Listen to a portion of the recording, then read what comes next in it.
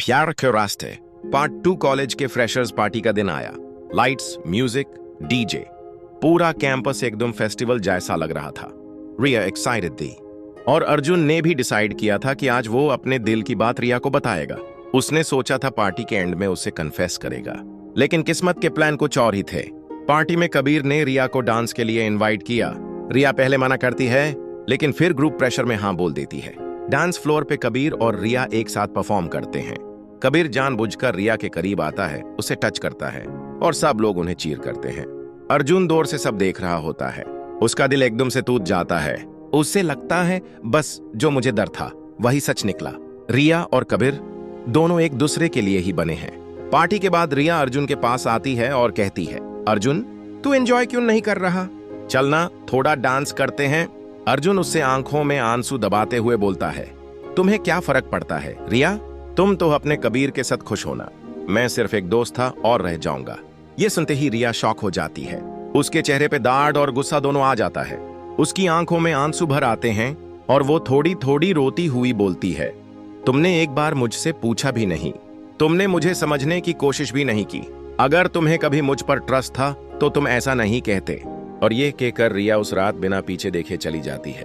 अर्जुन उस मोमेंट में समझ जाता है कि उसने शायद अपनी लाइफ की सबसे बड़ी गलती कर दी है, पर अब शायद देर हो चुकी थी। पार्टी के बाद के कुछ दिन अर्जुन और रिया एक दूसरे से बात तक नहीं करते। क्लासरूम में दोनों एक ही बेंच पर बैठे होते हैं, पर खामोशी दोनों के बीच दीवार बन चुकी थी। अर्जुन रिया को इग्नोर करता है, पर अंदर से उसे खुद से ज्यादा रिया की कमी महसूस होती है। रिया भी हर्ट थी, क्योंकि जिस लड़के पर उसने सबसे ज्यादा ट्रस्ट किया उसने ही बिना सोचे समझे उसे जज कर लिया। एक दिन कैंटीन में अर्जुन अकेला बैठा होता है।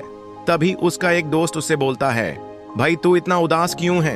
वैसे तुझे पता है पार्टी वाली रात कबीर ने रिया को प्रपोज किया था और रिया ने उसे क्लियर कह दिया कि वो उसे सिर्फ एक दोस्त मानती है। अर्जुन ये सुनते ही शॉक हो जाता है। उसका दिल धड़कना बैंड हो जाता है। मतलब मैं रिया को बिना वजह गलत समझता रहा। उसे अब समझ आता है कि उसने कितनी बड़ी गलती कर दी है।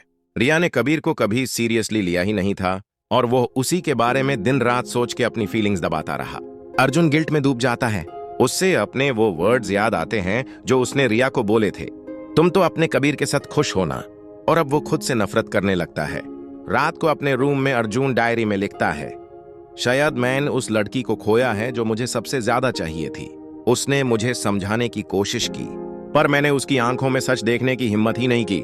उसी वक्त रिया हॉस्टल के अपने कमरे में खिड़की के पास बैठी होती है।